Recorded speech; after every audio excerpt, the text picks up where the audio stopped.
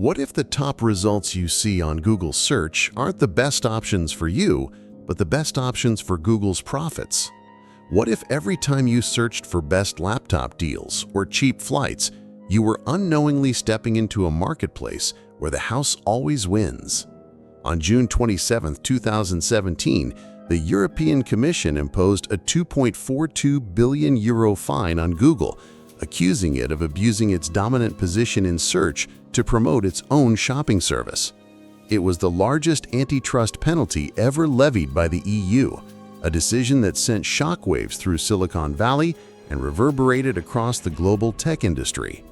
Headlines around the world framed it as a landmark victory for competition law. But behind the scenes, the story was far more intricate and far more unsettling. For nearly a decade leading up to that moment, Google had been quietly transforming from a search engine into the ultimate gatekeeper of online commerce. By controlling the entry point to information, the search bar, Google held unparalleled power over which products consumers would see and which would be buried in obscurity. What appeared to be a neutral search result was in fact a battleground of algorithms, pay-to-play dynamics, and strategic self-preferencing that few outside the industry understood. The fine was historic, not just for its size, but for what it represented. A rare moment when regulators managed to catch up to a digital giant whose influence had, for years, outpaced the reach of existing laws. But the decision also raised uncomfortable questions. Why had it taken so long? How could a company that once prided itself on the motto "Don't be evil" orchestrate such a calculated strategy to marginalize its competitors? And perhaps most importantly, was the fine enough to dismantle a system that had already reshaped the digital marketplace in its own image? For years, smaller rivals like Foundum, Kelku, and Chow had been raising alarms, claiming that Google was systematically demoting their services in search results while unfairly promoting its own. Their cries were drowned out by Google's reputation for innovation and user-centric design. Regulators hesitated, unsure of how to confront a company that had become synonymous with the internet itself. It wasn't until a quiet rebellion of affected businesses, relentless investigations, and a change in political will within the European Commission that the tides began to turn. Yet even as the fine was announced, many wondered whether the damage had already been done. Google's shopping service had secured its foothold, competitors had been pushed to the margins or driven out of business, and consumers, most remained blissfully unaware that the choices presented to them had been meticulously curated, not by impartial relevance, but by Google's own commercial interests. But this isn't just a story about search results. It's a story about power, control, and the invisible systems that govern our digital lives. It's about how a company can reshape markets, industries, and even public perception without ever breaking the facade of a friendly, helpful interface. But to understand how it really happened, we need to go back to the very beginning, when Google was not yet a juggernaut, but a scrappy startup with a grand, idealistic vision. How does a company that started with a simple mission to organize the world's information and make it universally accessible and useful become a global gatekeeper capable of dictating which businesses thrive and which ones vanish into obscurity? The $2.42 billion fine against Google in 2017 was a response to this very question. But the fine itself didn't answer the deeper, systemic concerns that had been brewing beneath the surface for years. At its core, this wasn't just a dispute over search rankings or product listings. It was a battle over the fundamental architecture of the digital economy and who gets to control it. Google's defense had always been straightforward. Their algorithms were designed to serve users, delivering the most relevant and useful results. But who defines relevance? Is it the algorithm, the company that builds it, or the consumer who expects an unbiased view of the marketplace? These are not just philosophical musings. They're questions with real-world consequences for businesses, consumers, and the very notion of fair competition. For decades, competition law had focused on visible and tangible abuses of power: price fixing, exclusive contracts, predatory pricing. But Google introduced a new challenge. Its dominance wasn't forged through overt coercion, but through the subtle manipulation of visibility. When a rival comparison shopping service is pushed from page 1 to page 4 in search results, it's not banned, it's buried. And in the digital age, being buried is the same as being erased. This leads us to an uncomfortable truth. In a marketplace where discoverability is everything, whoever controls the entry point holds disproportionate power over the outcome. Google didn't need to buy out its competitors or engage in hostile takeovers. It simply needed to own the front door and quietly decide who was allowed to enter. The question regulators faced was daunting. Could existing antitrust frameworks, which had been designed for industries like oil, steel, and telecommunications, effectively govern a digital ecosystem where market power is exercised invisibly through lines of code and proprietary algorithms? Was Google's success a natural reward for innovation and superior service, or was it the result of a strategic restructuring of the market's underlying mechanics? As the investigation unfolded, it became clear that this wasn't a case of a few bad actors within Google making questionable choices. It was a systemic strategy baked into the very design of its services. Every tweak to the algorithm, every shift in search display had the potential to nudge consumer behavior in ways that favored Google's own commercial interests. The irony was palpable. Google had risen to dominance by positioning itself as the ultimate impartial navigator of the web, a company that existed to help users find the best answers no matter where they came from. But now, the question loomed large. When does helping users cross the line into guiding them toward only your own offerings? And so, the unanswered question lingered. Was Google's dominance the inevitable result of brilliance, or was it the product of an invisible hand tilting the digital marketplace in ways regulators had never anticipated? To find the answer, we must go back to the very beginning, to the moment when Google planted its first seed in the world of online commerce. In 2002, Google was still the underdog.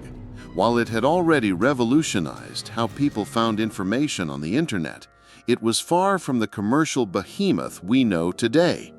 At its core, Google remained an ambitious startup driven by a simple but audacious mission: to make the world's information accessible to everyone. It was during this phase of idealism that Google launched a project called Frugal, an experimental shopping search engine designed to help users find products and compare prices across the web. Frugal was not a commercial success. It was clunky, hard to navigate, and vastly inferior to the established European comparison shopping services that were thriving at the time. Companies like Kelku, Foundum, and Chow had built sophisticated platforms, focusing on transparency and neutrality. They aggregated product listings from thousands of retailers, providing consumers with a clear, unbiased view of the market. In contrast, Frugal felt like an afterthought, a beta project that hadn't yet found its place in Google's grander vision. But Frugal's failure didn't dissuade Google. In fact, it did the opposite. Within Google's leadership, a realization was quietly taking shape. Control over search meant control over commerce. They didn't need to build a better comparison shopping engine. They already possessed something far more valuable: the gateway to the internet. Every search query typed into Google was a potential commercial transaction. The question was no longer how to build a better product search engine, but how to ensure that when users searched for products, they stayed within Google's ecosystem. This was the seed moment. It wasn't born out of malice or grand conspiracy. It was a simple, strategic insight. If Google could streamline the shopping experience directly within its search results, it could eliminate the need for third-party platforms altogether. This would not only enhance user convenience, but also allow Google to capture a larger share of advertising revenue, which, even then, was becoming the company's financial lifeblood. Around the same time, the digital advertising landscape was evolving rapidly. Google's AdWords platform had proven that subtle placement of sponsored links could drive massive revenue. The leap from selling ads alongside organic search results to integrating commercial listings directly into those results was a logical progression. It blurred the line between organic discovery and paid placement, creating a hybrid model where relevance and revenue could coexist on Google's terms. Frugal was eventually rebranded as Google Product Search in 2007, reflecting a renewed focus on monetizing product searches. The service remained free for merchants, but internal discussions had already begun about transitioning to a paid model that would prioritize paying advertisers. Google wasn't just building a comparison shopping engine, it was laying the groundwork for a closed-loop marketplace, where it could orchestrate both search intent and purchasing behavior from a single platform. For now, the changes were subtle, almost invisible to the average user. But within Google's walls, the strategy was clear. The future of online commerce wouldn't be shaped by who had the best product catalog or a price comparison algorithm. It would be determined by who controlled the digital storefront. And Google, with its dominance in search, was uniquely positioned to seize that control. The first seed had been planted. It would take years to grow, nurtured quietly by algorithm tweaks and strategic pivots, but its roots were already spreading, preparing to disrupt an entire industry that had no idea what was coming. By 2007, Google had already conquered the world of information search. It had become the default gateway for billions of users seeking answers on the internet. But as Google's ambitions expanded, so did its understanding of how that gateway could be leveraged, not just to organize information, but to control commerce. The relaunch of Frugal as Google Product Search marked the beginning of a subtle but decisive strategic pivot. Unlike its earlier incarnation, Google Product Search boasted a cleaner interface, integrated images, and direct links to retailers. Yet despite these improvements, it still lagged behind specialized comparison shopping services like Kelku, Chow, and Foundum in terms of comprehensiveness and user trust. These platforms had spent years refining their algorithms to offer transparent, unbiased price comparisons. Consumers relied on them to cut through the clutter of online retail. Google, however, had a different approach, one that didn't require building a superior product, only controlling how users arrived at their purchasing decisions. The first move was almost imperceptible to the casual user. Google began experimenting with the placement of its product search results within its general search pages. Previously, a search for best digital cameras would yield a list of organic links ranked by relevance and authority. But slowly, Google's own shopping results started to appear at the top, often in visually appealing boxes that caught the eye before anything else. These one-box results weren't labeled as ads, nor were they neutral links. They were Google's own curated product listings elevated above all competitors. For consumers, it seemed like a step forward, cleaner, faster, more intuitive. For competitors, it was a silent death sentence. Foundum, a UK-based price comparison site, noticed a sudden and dramatic drop in its visibility on Google search results. Virtually overnight, its traffic from Google dwindled to a trickle, despite no changes to its service or relevance. The same pattern repeated across other specialized shopping platforms. They weren't being outcompeted in the traditional sense, they were being buried, algorithmically demoted to the forgotten pages of search results where no consumer would ever find them. Google maintained that these changes were part of its ongoing efforts to enhance user experience. But behind closed doors, internal strategy discussions told a different story. The objective was clear: keep users within the Google ecosystem for as long as possible. Every additional click, every extra second spent on a Google-controlled property translated into more advertising revenue. Directing users to third-party sites was no longer in Google's best financial interest. In 2012, the shift became even more pronounced when Google Product Search was rebranded yet again, this time as Google Shopping. But this wasn't just a rebranding exercise. It marked a fundamental change in business model.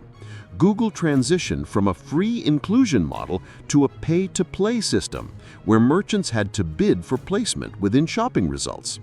This move turned Google Shopping into an advertising platform disguised as an organic search feature. The blending of paid and organic content blurred the lines of objectivity, making it increasingly difficult for consumers to distinguish between genuinely relevant results and those that paid for visibility. These early moves set the foundation for what would become a multi-year strategy of self-preferencing, a subtle yet powerful form of market manipulation that required no hostile takeovers, no exclusive contracts, just a quiet recalibration of algorithms. Google wasn't breaking the market, it was simply redesigning it, click by click, until the only visible pathways led straight back to its own services. For regulators and competitors, the challenge was clear but frustratingly complex. How do you prove an abusive dominance when the mechanisms of control are buried deep within proprietary algorithms? The answer wouldn't come for years, but the battle had already begun.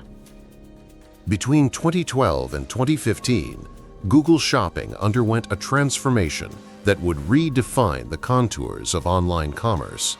With its shift to a pay-to-play model, Google had effectively turned its once neutral product search feature into a lucrative advertising platform. But what seemed like a simple monetization strategy was, in reality, a calculated move to establish unassailable dominance over the digital shopping landscape. This period marked Google's frenzied phase of growth, not just in revenue, but in structural power. The pay-to-play system was elegantly deceptive. On the surface, it appeared to democratize access. Any retailer, big or small, could bid for placement in Google Shopping results. But in practice, it favored large retailers and marketplaces with deep pockets.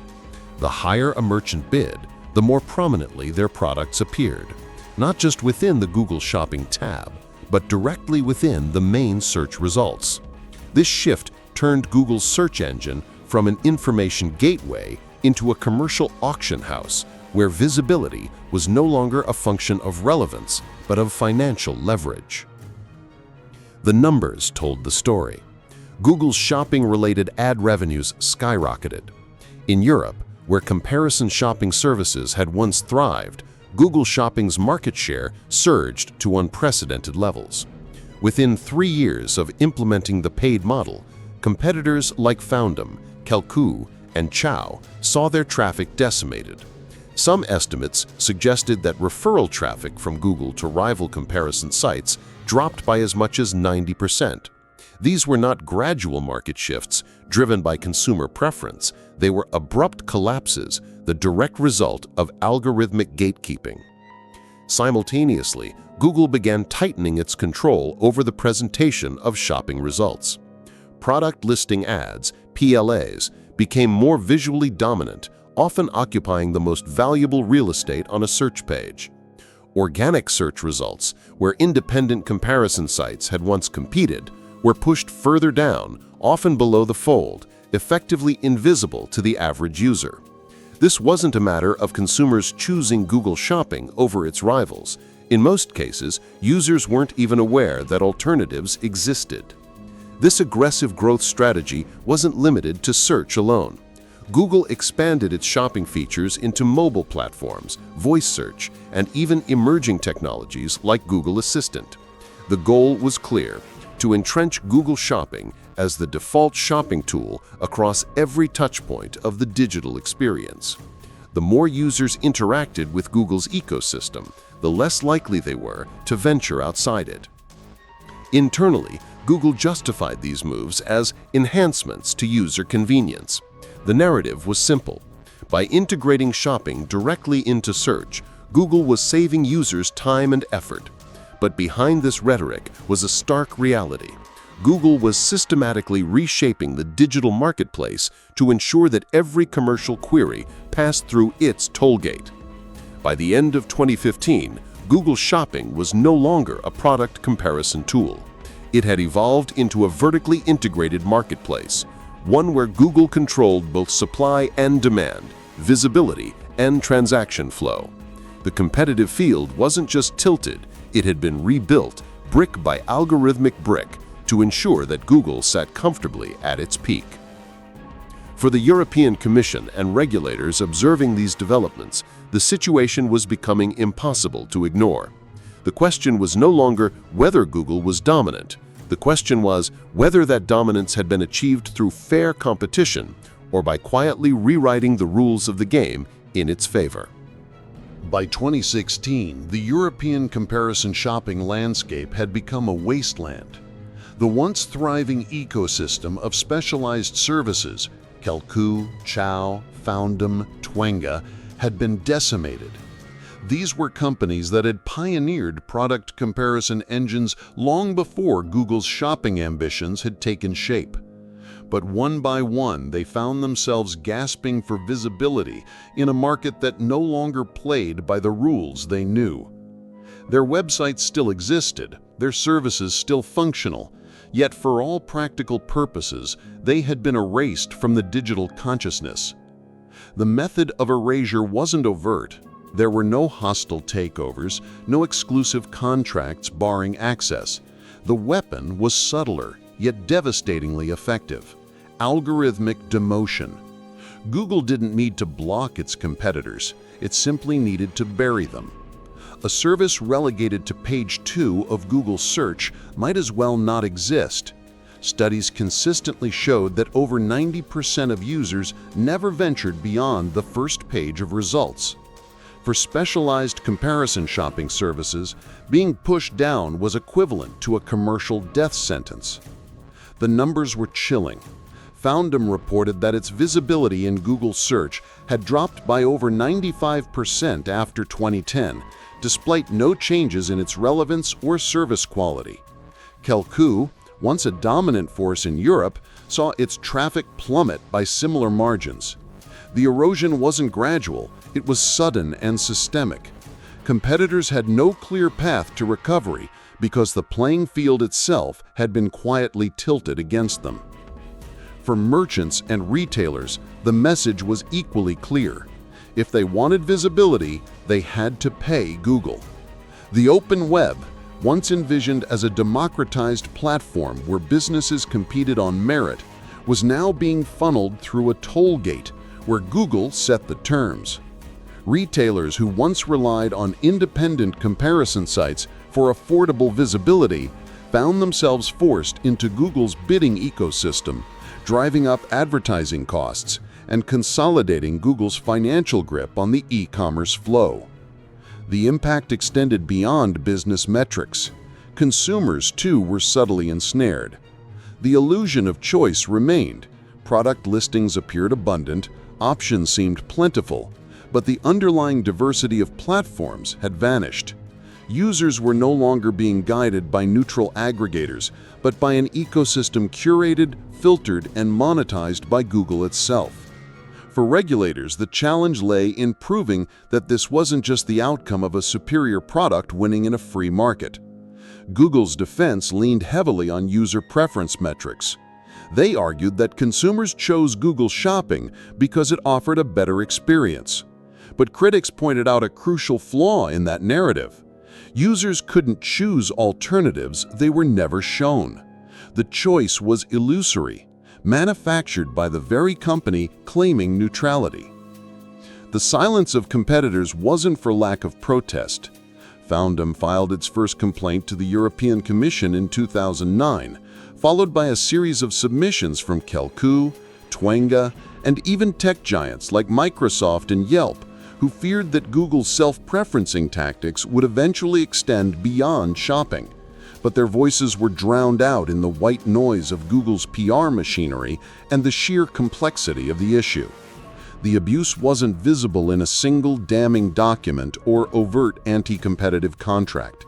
It was baked into the code, into the architecture of the search ecosystem itself.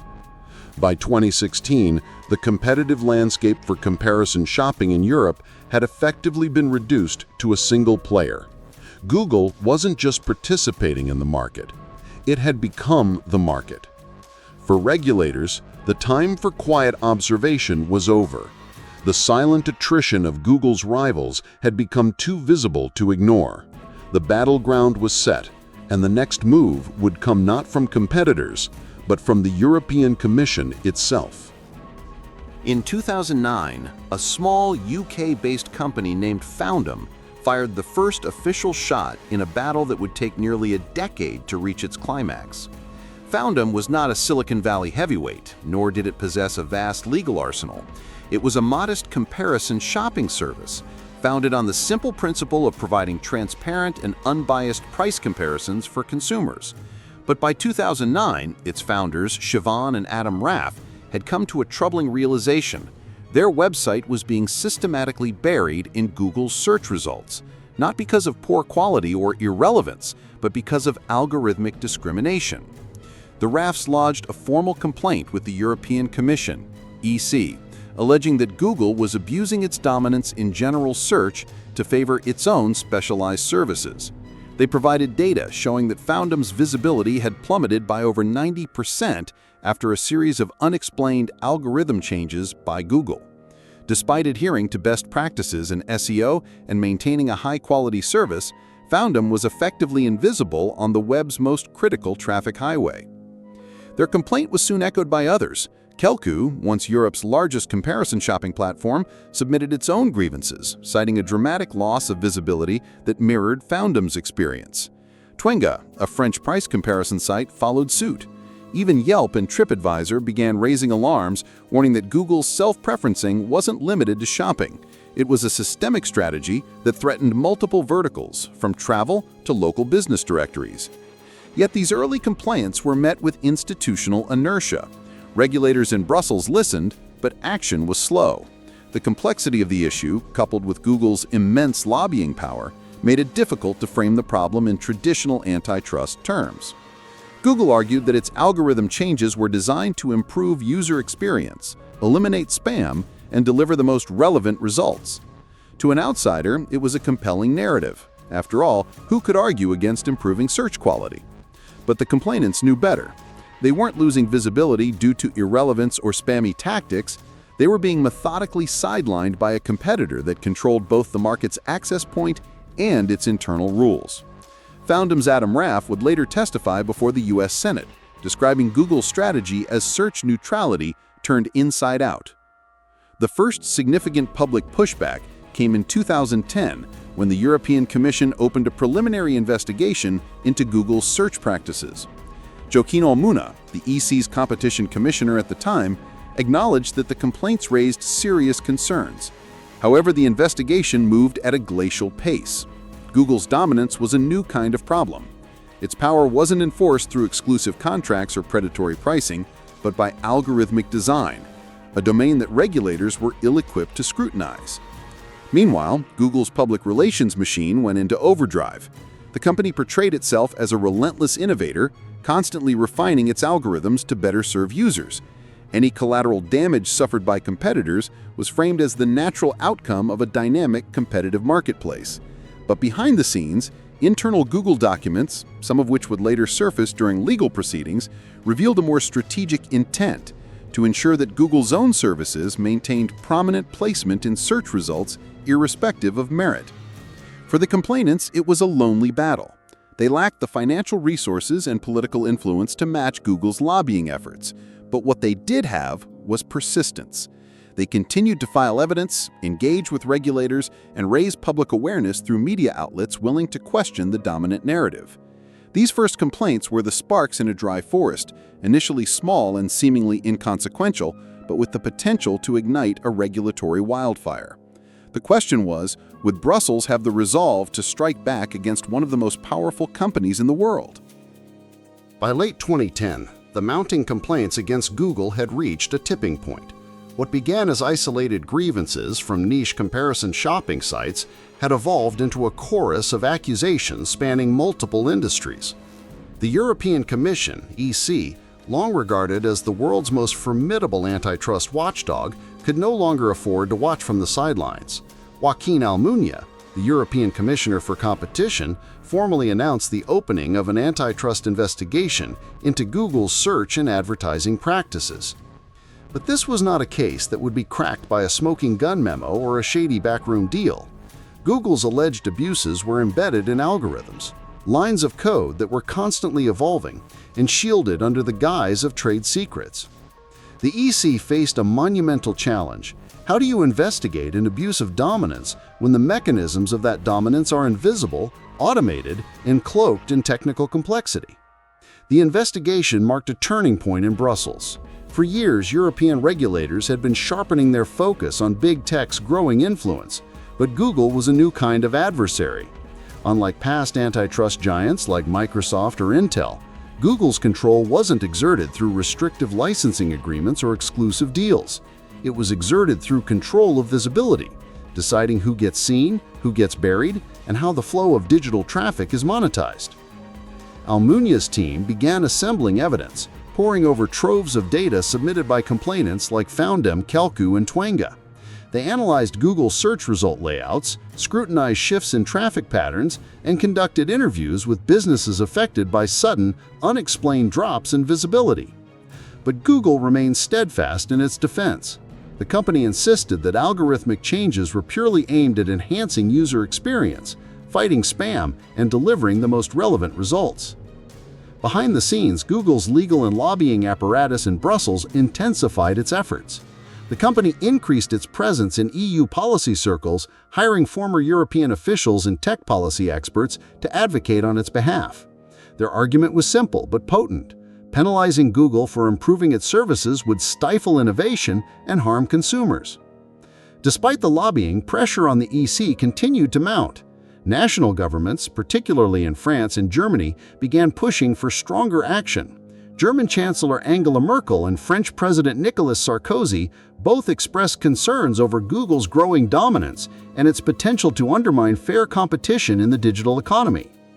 Consumer advocacy groups, independent publishers, and even larger tech firms like Microsoft quietly supported the investigation, recognizing that Google's practices had ramifications far beyond shopping.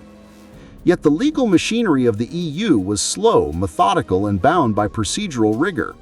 The Commission issued formal requests for information, RFIs, to Google, demanding transparency into its search algorithms, advertising contracts, and business practices.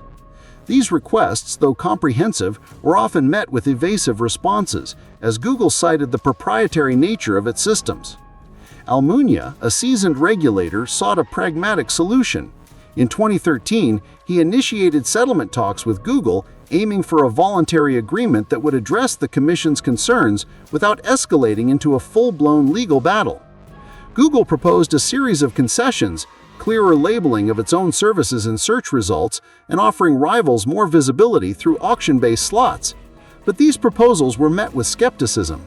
For complainants like Foundem and Kelku, the concessions were cosmetic. Auctioning visibility slots, they argued, did not restore genuine competition. It merely replaced one form of pay-to-play with another, controlled entirely by Google's ecosystem. The fundamental issue remained. Google had the power to decide who got noticed and who didn't. Though the investigation had formally begun, the war was far from over. The regulators had started to move, slowly but inevitably, like tectonic plates beneath the digital marketplace. A collision was coming. The only question was when.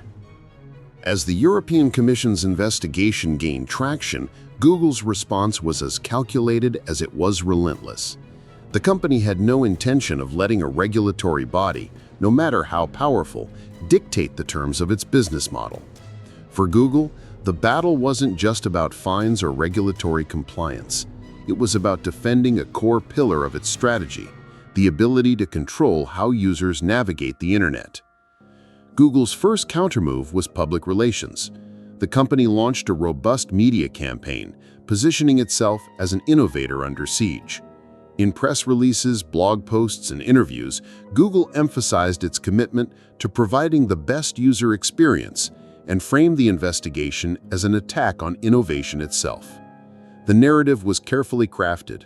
Regulators were portrayed as out of touch with the fast-paced world of technology, while Google was cast as the visionary, tirelessly working to improve the internet for everyone. Simultaneously, Google mobilized its legal team, assembling an army of antitrust lawyers, economists, and policy experts. These were not ordinary legal battles. The arguments would hinge on abstract economic theories, market definition, consumer harm, and algorithmic neutrality, concepts notoriously difficult to pin down in the digital realm. Google's legal strategy revolved around the idea that its actions were pro-competitive, designed to enhance efficiency and benefit consumers by delivering faster, more accurate results. Behind closed doors, Google also intensified its lobbying efforts in Brussels. The company expanded its European public affairs team, hiring former EU policymakers and competition experts who could navigate the complex web of regulatory influence. Google's lobbying spend in the EU soared, reaching millions of euros annually. Their goal was not just to influence the Commission, but to shape the broader political discourse, convincing policymakers, think tanks, and industry groups that aggressive regulation of Google would have unintended consequences for Europe's digital economy. Internally, however, there was growing unease. Some executives recognized that the strategy of algorithmic self-preferencing had become too blatant to ignore. Quiet discussions emerged about modifying certain practices, not out of legal obligation, but as a tactical retreat to avoid further scrutiny. Yet the dominant sentiment within Google remained defiant. Concessions, if made, would be minimal and framed as voluntary improvements, not as admissions of wrongdoing. One of Google's key tactical proposals was the introduction of remedies that would ostensibly level the playing field. These included offering rival comparison shopping services the opportunity to appear in designated slots within Google shopping results. However, these slots were not organic placements. They were auction-based, meaning rivals would have to bid for visibility within a system entirely controlled by Google. To many complainants, this solution was nothing more than a facade, a way for Google to maintain its structural advantage while appearing cooperative. At the same time, Google considered internal structural maneuvers.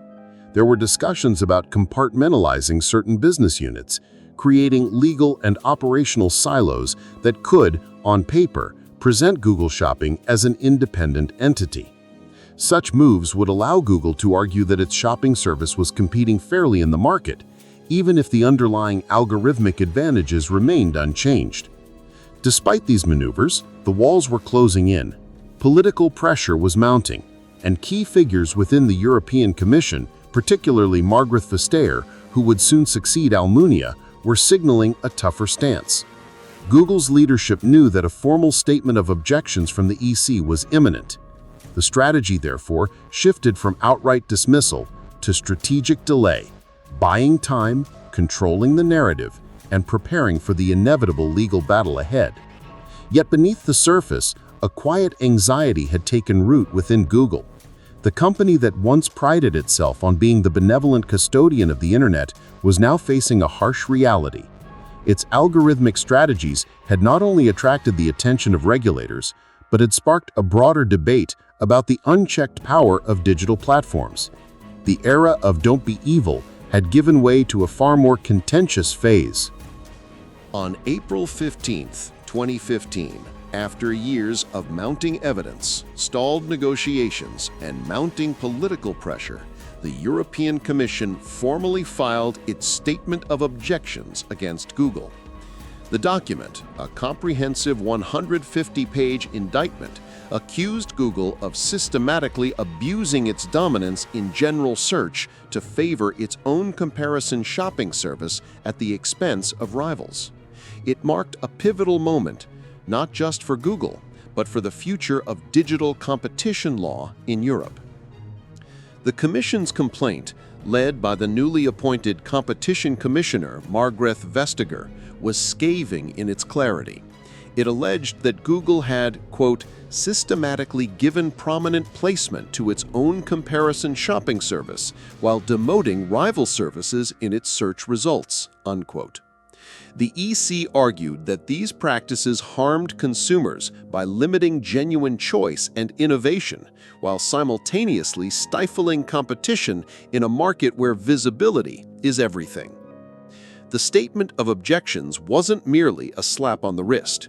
It was a formal accusation that Google's actions violated Article 102 of the Treaty on the Functioning of the European Union, which prohibits the abuse of a dominant market position. While Google's share of the general search market exceeded 90% in most EU countries, the Commission's focus was not on that dominance per se, but on how Google allegedly leveraged that position to distort adjacent markets, specifically comparison shopping. The media response was immediate and intense. Headlines across Europe and the United States declared that Google was now in the crosshairs of European regulators. Financial analysts speculated about the potential fines, which under EU law could reach up to 10% of Google's global revenue, a staggering figure that in Google's case would exceed $6 billion. Investors watched nervously as Google's stock price experienced minor tremors, though the tech giant remained publicly confident. Google's official response was swift and defiant. In a blog post titled "The Search for Harm," Google's general counsel Kent Walker outlined the company's defense. He argued that Google's shopping results were designed to improve user experience by delivering quicker, more visual answers. Walker contended that competition was only a click away, emphasizing that consumers could easily navigate to rival sites if they chose to do so. But critics were quick to dismantle this argument. The notion of competition being a click away ignored a fundamental truth of the internet: visibility dictates choice. When Google's own services were given premium real estate at the top of search results, while rivals were pushed to obscurity, the supposed ease of access became irrelevant. Foundum, Kelku, and other complainants publicly applauded the Commission's action, though they cautioned that the battle was far from over. Within the corridors of Brussels, the filing of the Statement of Objections was seen as a watershed moment. For the first time, the European Commission had formally challenged the algorithmic gatekeeping practices of a digital titan. Yet the procedural clock was only just starting. Google was now entitled to examine the Commission's evidence, submit a detailed rebuttal, and request a formal hearing to present its defense. For Margrethe Vestager, the filing was both a statement of intent and a strategic gamble. She knew Google would fight tooth and nail, deploying every legal and economic argument at its disposal. But Vestager also understood that this case transcended shopping results. It was a litmus test for the EU's ability to regulate digital monopolies in the 21st century. The lines had been drawn. A legal confrontation, years in the making, was finally entering its most public phase. But while the formal battle had just begun, the war for narrative over who controlled the digital marketplace was already in full swing. On November 10, 2016, a cold morning in Brussels, the European Commission convened the first formal hearing in the antitrust case against Google. Inside the stately Berlaymont building, the stage was set for a confrontation that had been years in the making. Rows of legal teams, economic advisors, and policy analysts filled the room. On one side, the European Commission's Directorate General for Competition, armed with boxes of evidence, data analyses, and testimonies from aggrieved competitors. On the other, Google's formidable legal army, comprising top-tier antitrust lawyers, economists, and corporate strategists, flown in from across Europe and Silicon Valley. The atmosphere was tense but restrained. This was not a dramatic courtroom showdown in the American style. There were no cameras, no impassioned jury addresses. Instead, It was a meticulously orchestrated legal procedure where every word was weighed, every data point scrutinized. But beneath the formalities, everyone in that room understood the stakes. The hearing wasn't just about shopping results. It was about the future balance of power in the digital economy. Margrethe Vestager, though not directly leading the interrogation, made her presence felt. Her steely composure symbolized the Commission's resolve. Vestager had built a reputation for being measured, yet unyielding. She knew that this hearing would be dissected in boardrooms and newsrooms worldwide. Google's opening statement struck a familiar tone. Kent Walker, Google's general counsel, reiterated the company's defense. Google's search results were designed to serve users, not to punish competitors. He argued that Google Shopping enhanced the user experience by presenting information more visually and intuitively, thereby streamlining the purchasing journey. The internet is dynamic. Competition is just a click away, he said. But the Commission's case team was prepared. They presented slides showing traffic data that told a different story. Foundum's visibility in Google Search had dropped by over 90% following algorithm changes that had no discernible connection to user relevance. Kelku's decline mirrored this pattern. These were not outliers, they were casualties of a systemic design that elevated Google's own services at the direct expense of its rivals. One of the hearing's most pointed moments came when the Commission's counsel displayed internal Google emails obtained during the investigation. In one exchange, a product manager explicitly discussed ensuring Google Shopping always has premium placement regardless of organic ranking. The room stiffened. This wasn't abstract economic theory. It was a tangible thread of intent, linking Google's strategic objectives to the structural outcomes competitors had long decried. Google's legal team attempted to diffuse the impact, characterizing the emails as informal brainstorming rather than formal policy. They shifted focus back to consumer welfare arguments, suggesting that regulatory interference could degrade the quality of search results, harm innovation, and ultimately reduce user satisfaction.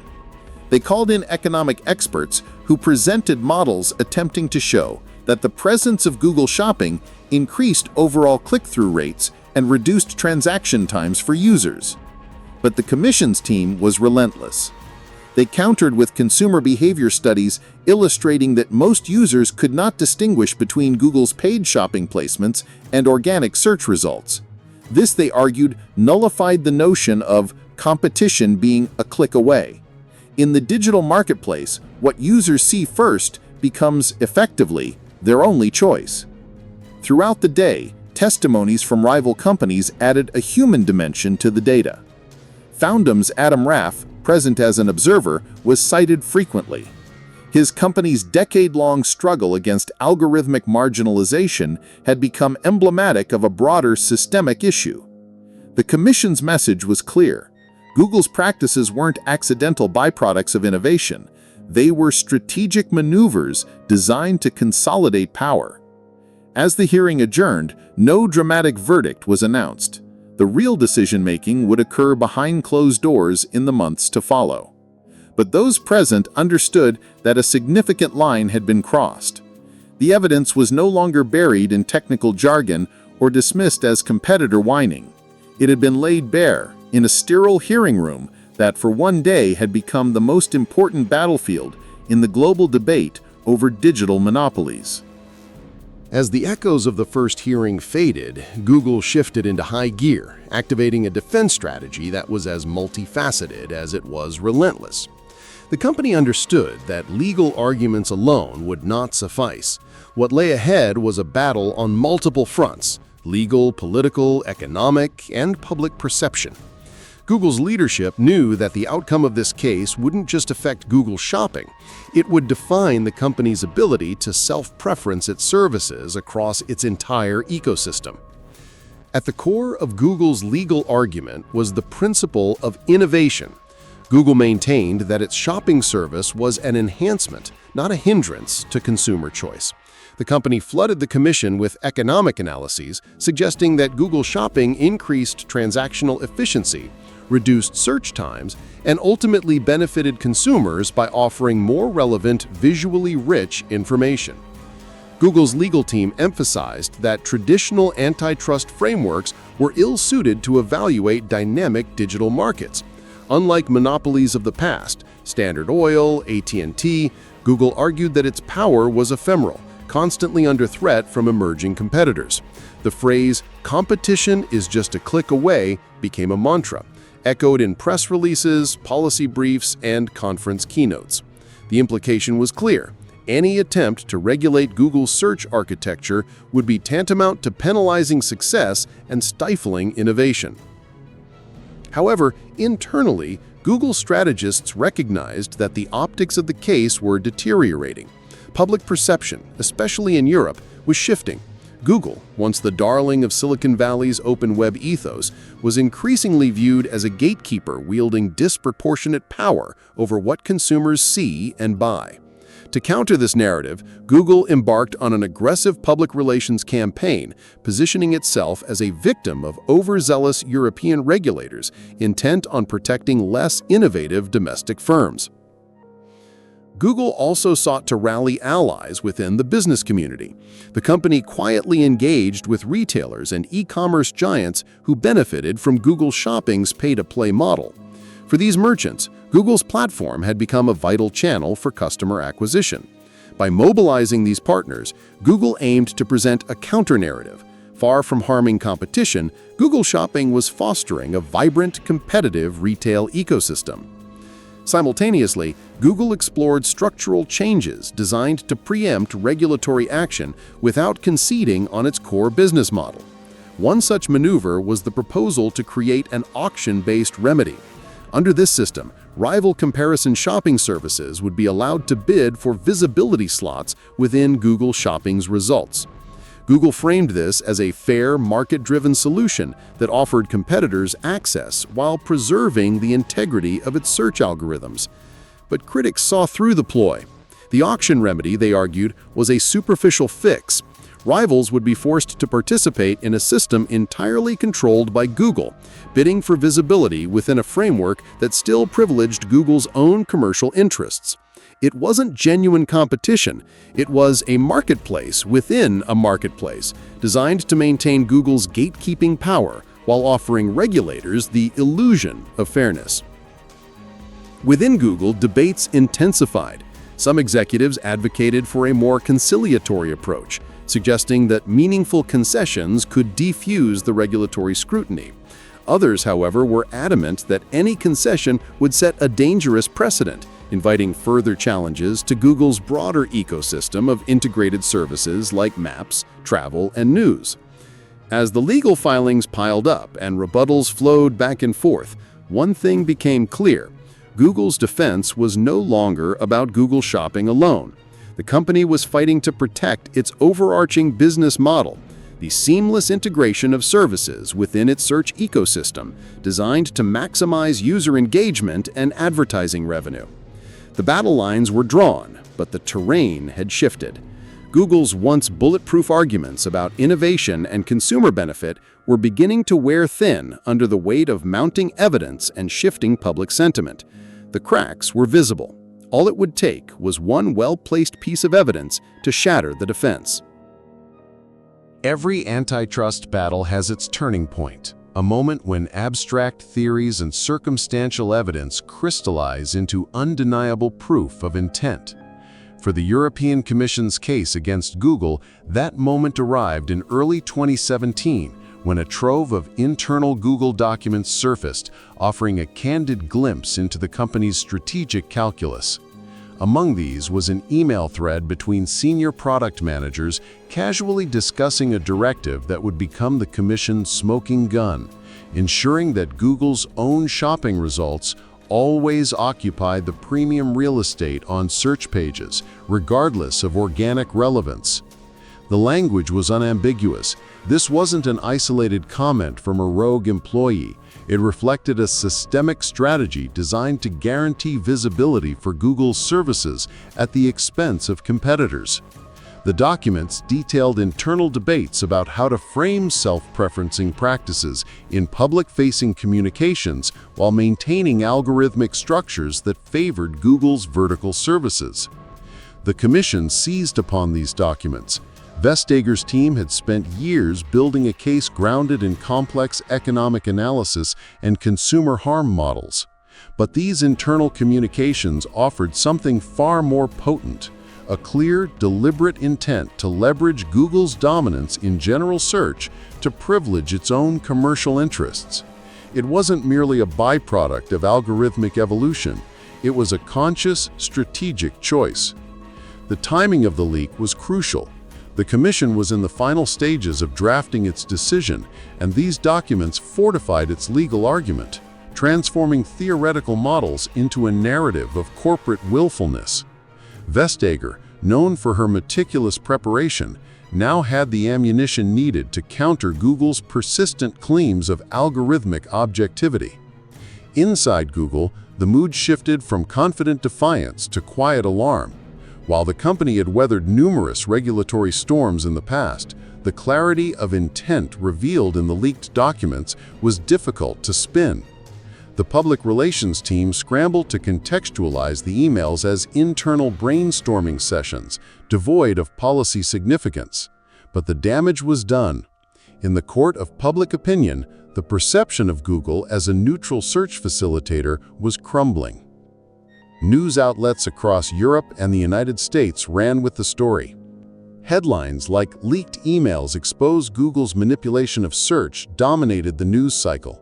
Consumer advocacy groups amplified the narrative, framing Google as a digital gatekeeper that had long prioritized its commercial ambitions over fair competition and consumer choice.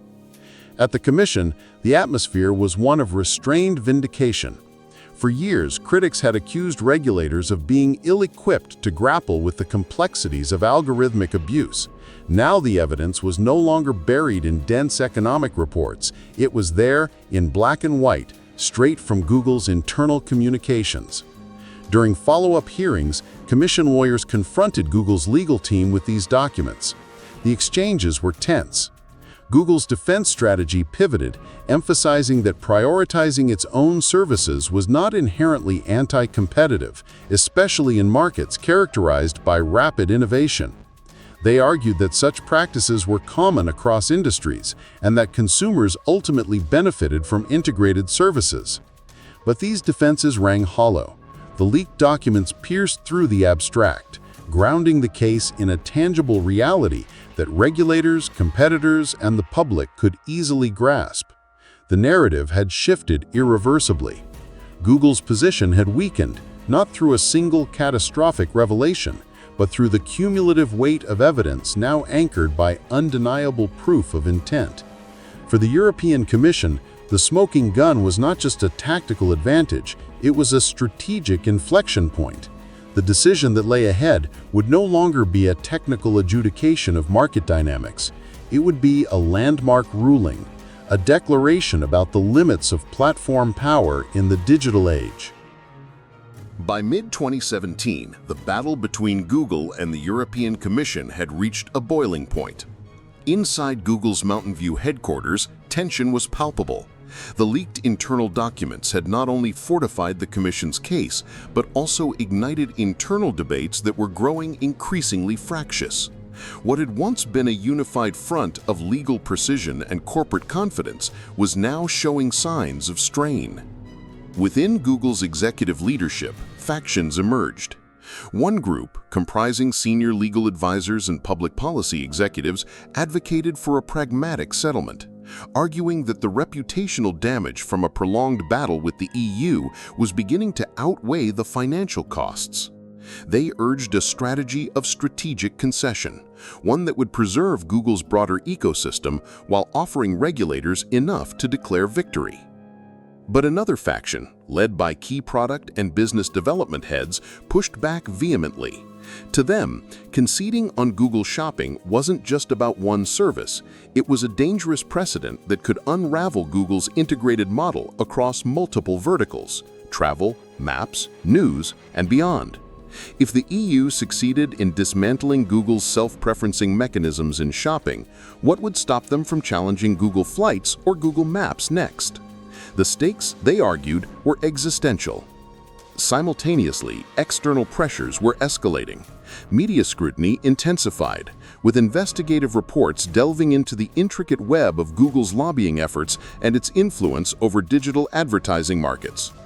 Competitors who had long suffered in silence found renewed confidence, emboldened by the Commission's assertiveness and the public's growing skepticism toward big tech. In Brussels, Margrethe Vestager's team worked meticulously to finalize the case. The smoking gun emails had provided the emotional pivot, but the Commission's decision would still hinge on a robust legal foundation. Economists within the Directorate General for Competition fine-tuned models demonstrating how Google's practices had harmed both competitors and consumers, not through price hikes, but through the erosion of market plurality and innovation. Politically, the winds had shifted. Member states that had once been ambivalent now openly supported the Commission's aggressive stance.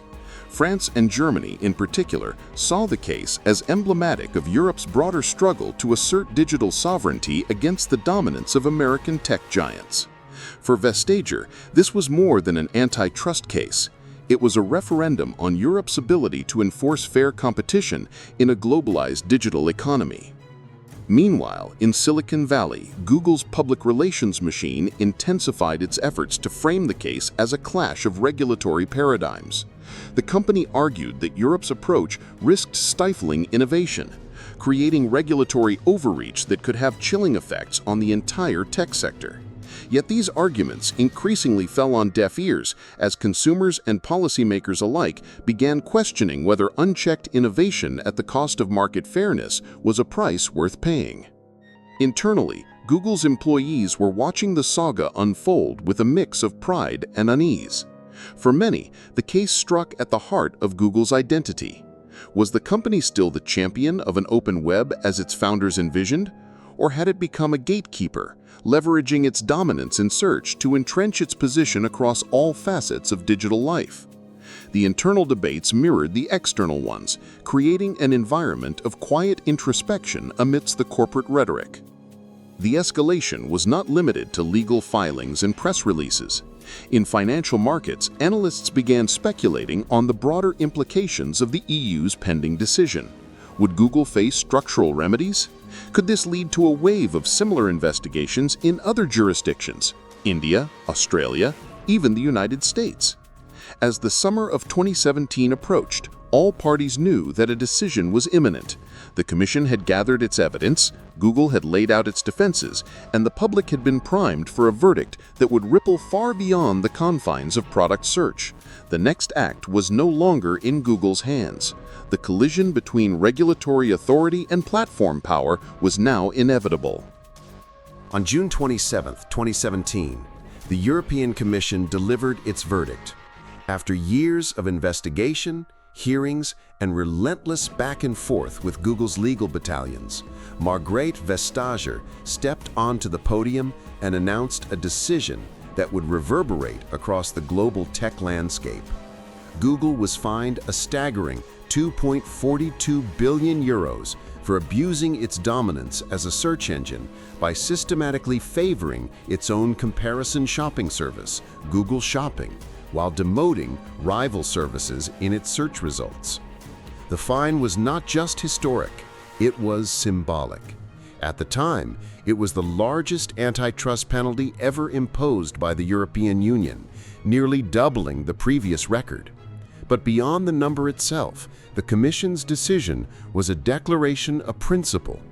Digital platforms, no matter how innovative or powerful, were not above competition law.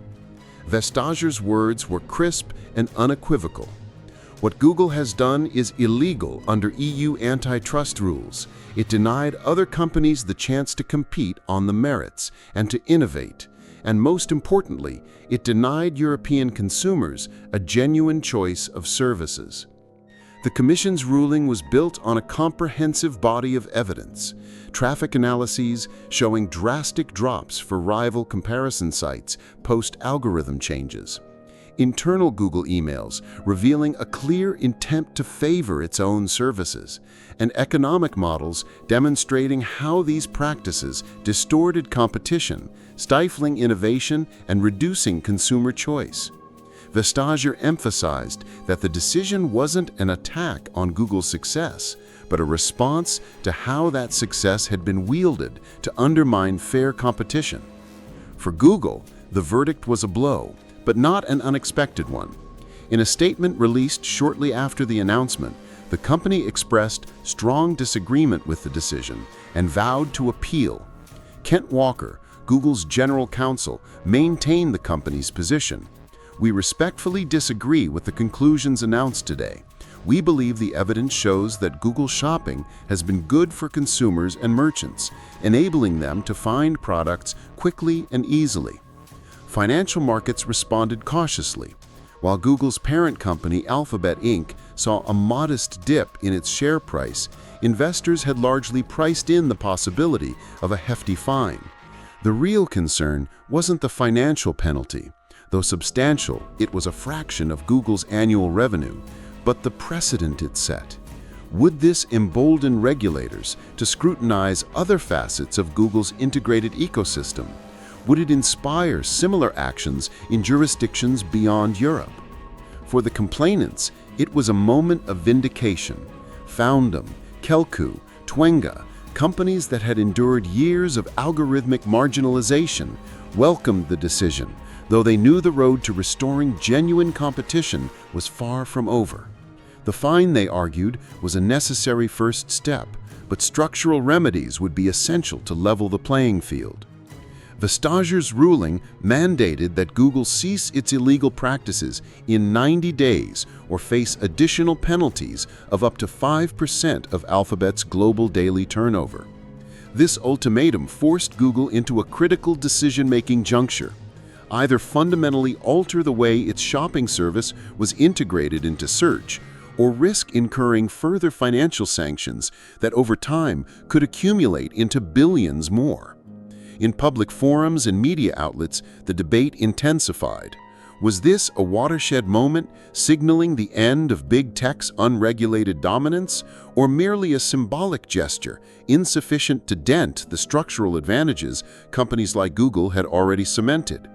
Supporters of the ruling hailed it as a bold assertion of Europe's regulatory clout, a necessary counterbalance to Silicon Valley's overreach. Critics, particularly from US-based think tanks and tech lobby groups, decried it as protectionism disguised as competition enforcement. Inside Google, the reaction was complex. While the official line remained defiant, there was an undercurrent of pragmatism. The legal appeals process would buy time, but the tide was shifting.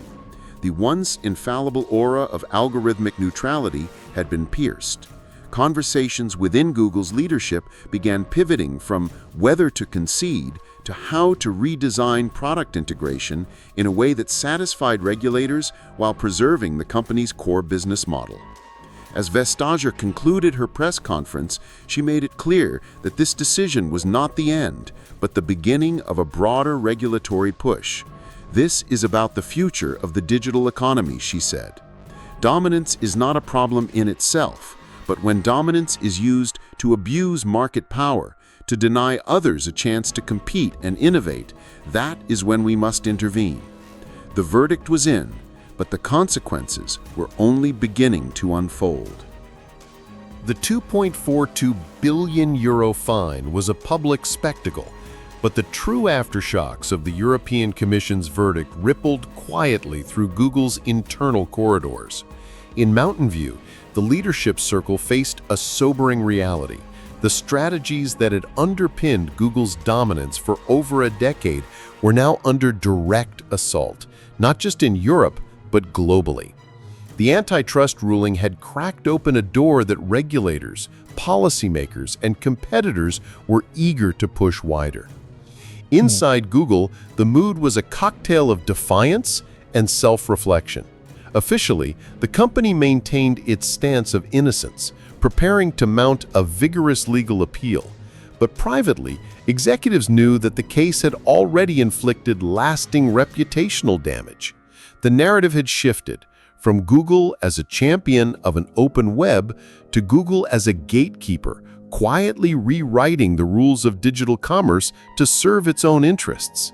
The first visible casualty was internal morale. For years, Google's workforce had rallied around the "don't be evil" mantra, taking pride in building products that prioritized user benefit over corporate greed. But now, employees found themselves fielding uncomfortable questions from family, friends, and even within their own teams. Was Google still the benevolent innovator it claimed to be, or had it become just another corporate monolith exploiting its size to crush competition? Leadership sought to contain the fallout. Sundar Pichai convened a series of internal town halls, reassuring employees that Google's mission remained unchanged and that the company would continue to fight for its right to innovate freely. Yet the tone was noticeably defensive. The days of Google as an untouchable tech darling were over. Every product decision, every algorithmic tweak was now viewed through the lens of potential regulatory scrutiny. From a business strategy perspective, the ruling triggered immediate recalibrations. Teams across Google's shopping, advertising, and legal departments were tasked with exploring structural adjustments that could placate regulators while minimizing impact on revenue streams. One proposed solution was the creation of a more transparent auction system for product listings, allowing rivals to bid for visibility in a way that appeared fairer on the surface, even if the underlying ecosystem remained tightly controlled. The ruling also had ripple effects on investor sentiment. While Google's financial fundamentals remained strong, analysts began revising long-term forecasts to account for increased regulatory risks. The specter of further investigations into Google's practices across Maps, News, Flights, and Android loomed large. Shareholders demanded clarity on how the company would navigate a future where self-preferencing was no longer a guaranteed competitive advantage. In the months following the verdict, a quiet reshuffling of leadership roles occurred within Google's legal and policy teams. Senior executives who had been at the forefront of the EU battle transitioned into advisory positions, replaced by strategists with deeper experience in regulatory compliance and public affairs. The message was clear. The next phase of Google's evolution would require a more nuanced, politically attuned approach. Beyond the corporate walls, the verdict emboldened Google's rivals. Competitors that had long suffered under the shadow of Google's algorithmic gatekeeping saw an opening. Legal challenges in other jurisdictions began to surface, with regulators in India, Australia, and even the United States hinting at renewed antitrust probes. The dominoes were beginning to fall. For Google, the EU's decision was a wake-up call. Not because of its financial sting, but because it signaled the end of an era where digital dominance could be exercised in the shadows of proprietary algorithms. The company's leadership faced a critical juncture: adapt to a world of increasing oversight, or risk being perpetually entangled in regulatory battles that could sap its innovative edge. The internal fallout was not a collapse, but a reckoning. Google was still standing, still dominant, but its armor had been cracked, and the world was watching. The European Commission's ruling against Google didn't just shake the foundations of Mountain View, it sent shockwaves across the entire digital economy. For years, tech platforms had operated under the assumption that algorithmic opacity was an impenetrable shield. But with a single decision, the Commission had pierced that veil, setting a precedent that reverberated through boardrooms, regulatory agencies, and industry think tanks worldwide. In the immediate aftermath, competitors, both direct and peripheral, felt a surge of cautious optimism. Comparison shopping services like Foundum and Kelku, long relegated to the internet's shadows, saw a renewed interest in their platforms. While the ruling didn't magically restore their lost traffic, it reopened conversations with merchants who had grown weary of Google's pay-to-play environment. For these retailers, the prospect of a more diversified digital marketplace was not just appealing, it was necessary for long-term survival. But the impact extended far beyond the shopping vertical. Travel aggregators, local business directories, news publishers, and even mapping services began to scrutinize their own relationships with Google's ecosystem. Yelp and TripAdvisor, who had voiced concerns about Google's self-preferencing tactics for years, found new leverage in their battles. The ruling validated their claims, providing a legal foothold to press for fairer treatment in Google's search results. Industry analysts noted a perceptible shift in how businesses approached their digital strategies. Companies that had once capitulated to Google's dominance, restructuring their models to fit within its walled garden, began exploring alternative channels more aggressively. Partnerships with competing search engines, alliances with emerging e-commerce platforms, and investments in direct-to-consumer digital infrastructures gained renewed urgency. Simultaneously, the ruling catalyzed a wave of regulatory introspection across the globe. In India, the Competition Commission had already been probing Google's practices. The EU decision provided a roadmap for structuring their investigations. In Australia, where the government was in the midst of drafting legislation to address the bargaining imbalance between tech platforms and content publishers, the verdict emboldened lawmakers to take a firmer stance. Even in the United States, where antitrust enforcement had historically been more lenient towards tech giants, murmurs of bipartisan support for revisiting competition law in the digital era began to grow. Senators and representatives, observing the EU's assertiveness, questioned whether American regulators had been too complacent in the face of big tech's meteoric rise. The Google shopping case became a reference point in policy discussions, cited as evidence that existing antitrust frameworks could and should be applied to algorithmic gatekeeping. The broader industry took notice of the shifting winds. Facebook, Amazon, Apple, each faced its own unique set of antitrust challenges, but the principles established in the Google shopping case had universal resonance. Self-preferencing, market foreclosure through platform dominance, and the duty of digital gatekeepers to maintain a level playing field were now central themes in global regulatory discourse. Perhaps most significantly, the ruling forced a philosophical reckoning within the tech sector itself. Startups and venture capitalists, who had once viewed platform integration as the ultimate growth strategy, began reconsidering the risks of becoming overly dependent on ecosystems controlled by monopolistic giants. The allure of being featured within Google's product carousels or Apple's App Store rankings was now balanced against the growing awareness that such dependencies could be weaponized either through algorithmic demotion or sudden shifts in platform policies. For Google, the ripple effects were a harbinger of battles yet to come. The decision had not dismantled its empire, but it had changed the terrain on which future conflicts would be fought. The assumption that regulatory bodies were too slow, too bureaucratic to challenge algorithmic dominance had been shattered. A new era of scrutiny had begun, and no digital titan was immune. In the months and years following the European Commission's landmark decision, Google's operations stabilized, its revenues continued to grow, and for many outside observers, the storm seemed to have passed. But beneath the surface, the scars left by the Google shopping case were deep, enduring, and impossible to ignore. The case had reshaped not only Google's internal culture, but also how the company was perceived by regulators, competitors, and the public at large. For Google's leadership, the ruling forced an uncomfortable reckoning.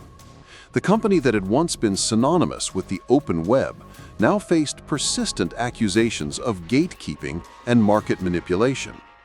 While the official corporate line remained steadfast, denying wrongdoing and emphasizing user benefits, the internal conversations had shifted irreversibly. Decisions regarding product integration, search design, and algorithmic adjustments were now laced with legal caveats and compliance assessments.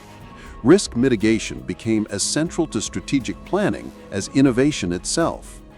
The brand's public image, too, bore the scars. For a generation of internet users who had grown up trusting Google as the impartial arbiter of information, the revelations of self-preferencing and market distortion were a betrayal. Though Google's services remained ubiquitous, the implicit trust once extended to the company had been eroded. Each subsequent controversy, whether over privacy, data collection, or new antitrust inquiries, was filtered through the lens of the shopping case, reinforcing the narrative of a company that had outgrown its own ethical compass. The case also left a trail of casualties among the competitors who had dared to challenge Google's practices. Foundum, the small UK-based comparison shopping site that had sparked the initial complaint, never recovered its former visibility. Despite the Commission's ruling, the structural advantages Google had built into its ecosystem were not dismantled overnight. For Foundum and many others, the legal victory was bittersweet, a vindication without restitution. The marketplace had already been reshaped, and the scars of algorithmic marginalization proved difficult to heal. Even for larger players like Yelp and TripAdvisor, the case served as a cautionary tale. They had learned that being right, even with the law on their side, was no guarantee of market correction. The dominance of platforms like Google was not merely a function of legal compliance, but of entrenched user habits, brand ubiquity, and technological infrastructure that couldn't be undone with a single verdict. The ripple effects of the case also reshaped how policymakers approached digital regulation. In Europe, the case became a cornerstone for new legislative initiatives aimed at curbing platform power. The Digital Markets Act, DMA, introduced years later, bore the unmistakable imprint of lessons learned from the Google shopping saga. Provisions ensuring platform neutrality, prohibitions on self-preferencing, and obligations for gatekeepers to provide fair access to rivals were direct descendants of the Commission's hard-fought battle with Google. Yet, the scars were not solely external. Within Google, a subtle but profound cultural shift took hold. Once known for its aggressive, move fast and break things ethos, the company's internal dynamics became more cautious, procedural, and risk-averse. Engineering teams found themselves navigating layers of legal oversight before rolling out new features. The freewheeling experimentation that had characterized Google's early years was now tempered by the ever-present specter of regulatory backlash. But perhaps the most enduring scar was psychological. The Google shopping case had punctured the company's own mythology that it was a neutral platform, a benevolent guide through the chaos of the internet. For employees, regulators, and the public alike, the illusion of Google as a passive facilitator of information had been irreparably fractured. Google had survived the ruling, but it had been changed by it. The empire remained intact, but the wounds of the battle continued to ache, a constant reminder that dominance, once taken for granted, could be challenged, and that even the most sophisticated algorithms could not hide intent forever. The Google shopping case became more than a legal milestone. It evolved into a business school case study, dissected in boardrooms and strategy sessions across industries.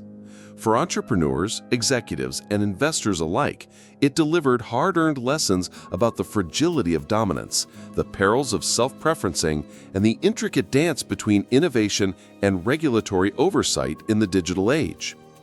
Perhaps the most critical lesson was a redefinition of competitive advantage. For years, the dominant narrative in Silicon Valley equated technological superiority and market dominance with inevitability. Build the best product, leverage scale, optimize user engagement, and the market would naturally align in your favor. But the Google shopping case exposed a different reality. Even the most innovative companies are vulnerable when they exploit their dominance to restrict competition, especially in ways that are invisible to the public eye. The case underscored the distinction between growth strategies that create new markets and those that consolidate existing ones. Google's early success was rooted in its ability to organize the web's chaos, democratizing access to information. But as the company matured, its strategy shifted towards consolidating control, curating not just the access point, search, but the outcomes, shopping, maps, flights. This pivot, though lucrative in the short term, invited scrutiny that no market leader can afford to ignore. For startups and emerging businesses, the case offered a sobering insight. Dependency on a dominant platform's ecosystem is a double-edged sword. While partnerships with giants like Google can accelerate visibility and scale, they also carry existential risk. When platform algorithms can be tweaked unilaterally and the lines between neutral facilitation and direct competition blur, the playing field becomes dangerously uneven. The lesson was clear. Diversification of traffic sources and distribution channels isn't a luxury, it's a survival imperative. Investors, too, recalibrated their perspectives. The days of uncritically embracing platform-centric business models began to wane. Due diligence processes now included assessments of regulatory exposure, platform dependency risk, and the long-term viability of companies whose fortunes hinged on the opaque decisions of algorithmic gatekeepers. The term regulatory moat became as significant in valuation discussions as market share or user growth. Another profound takeaway was the importance of narrative control.